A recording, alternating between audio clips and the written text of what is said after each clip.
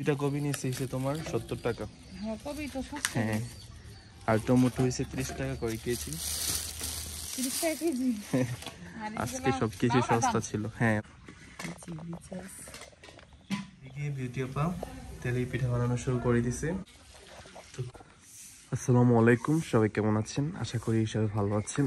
তো খুব সকাল সকাল ঘুম থেকে উঠে গেলাম আমি আর মামা। তো এখন যাচ্ছি আমরা গ্রামের বাজারে। তো প্রতিদিনই টুকিটাকি বাজার সাথে করা হচ্ছে প্রতিদিনের।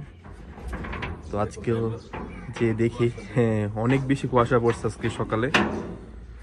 তো রোদ উঠতেছে, কিছুক্ষণের মধ্যে রোদ উঠে যাবে। তো আমরা যাচ্ছি বাজারে, বাজার থেকে একদম ফ্রেশ শাকসবজি নিয়ে আসবো ইনশাল্লাহ। যা যা পাই হাতের সামনে, মানে যা যা লাগবে আর কি।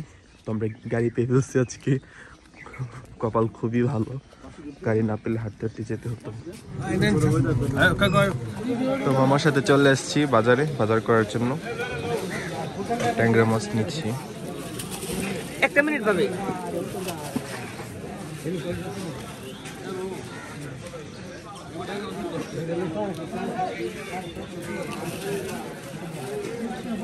পাবে তো বলে আয়ো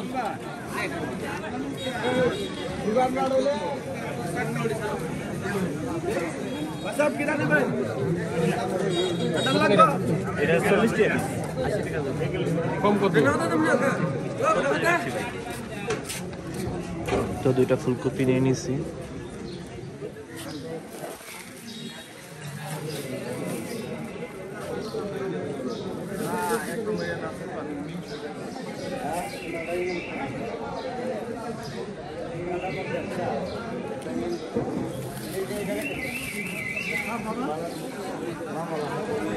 তো মামা লাউ দেখে নিচ্ছে,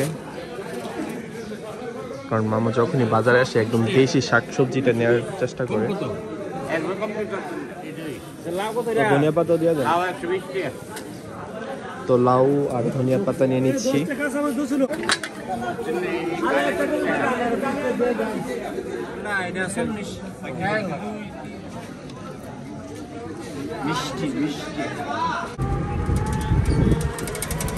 তো আমরা খেতে খেতে একদম যাচ্ছি। এত সুন্দর একটা ভিউ, মানে কুয়াশার মধ্যে এক ফালি রোদ। হ্যাঁ কলাগুলো মিষ্টি আছে না মামা? কলা খেতে খেতে আমাদের আসলে এটার মজাটাই আলাদা।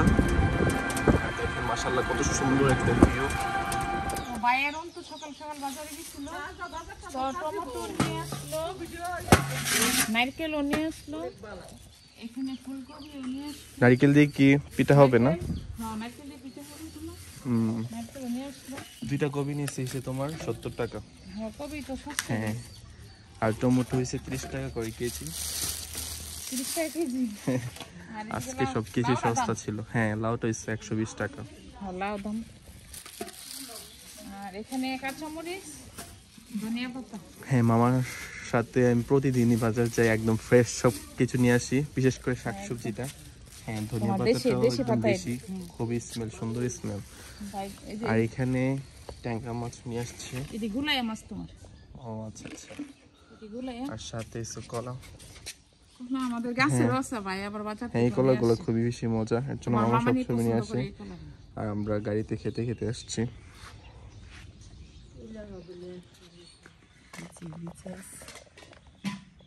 গুড মর্নিং,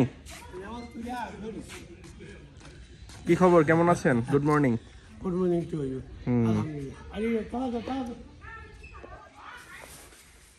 তাহলে আবার আসবেন কবে বাড়িতে? আমরা তো খুব ভালো সময় গেল একসাথে। আমি তো আছি।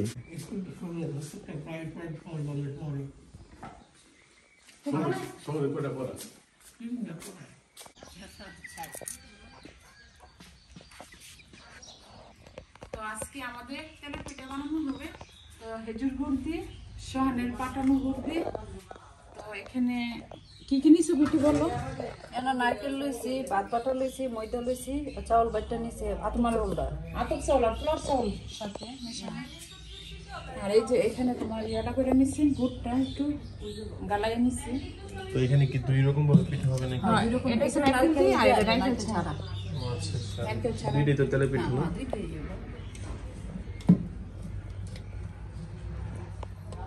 আইদামনিও দেখতেছি, আইদামনিও সব কিছু দেখতেছি। খেজুর গুড় লালি দিয়ে দিচ্ছে, খেজুর গুড়টাকে লালি করে নিচ্ছে।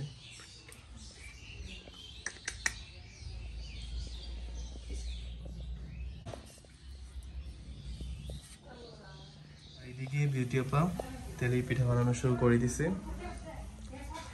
এটার একটা নাম আছে না, কি যেন বলেন আপনারা? তেলে পিঠে পিঠা আমাদের ব্রাউন ভাষায় কিন্তু বলে এটা হচ্ছে পোয়া পিঠা আর কি।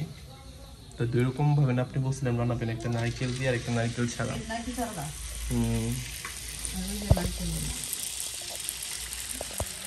মাটির চুলায় না বানাবেন বলছিলেন?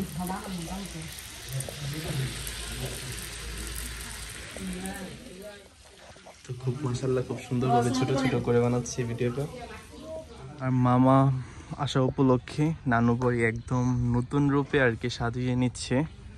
আর এদিকে এই মানে চারার মধ্যে ভালো করে লোক লাগিয়ে নিছে একদম পরিষ্কার পরিচ্ছন্ন করার জন্য। তো ওনারও কাজ করা শুরু করে দিছে।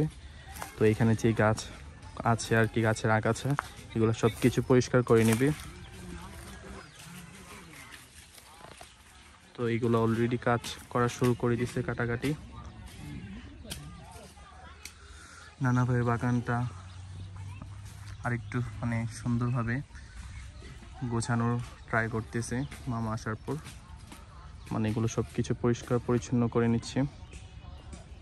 আর কলা বাগান তো আগের মতো নাই, কারণ আগে অনেক কলা ছিল কলা বাগান, তো এগুলো আস্তে আস্তে নষ্ট হয়ে যাচ্ছে।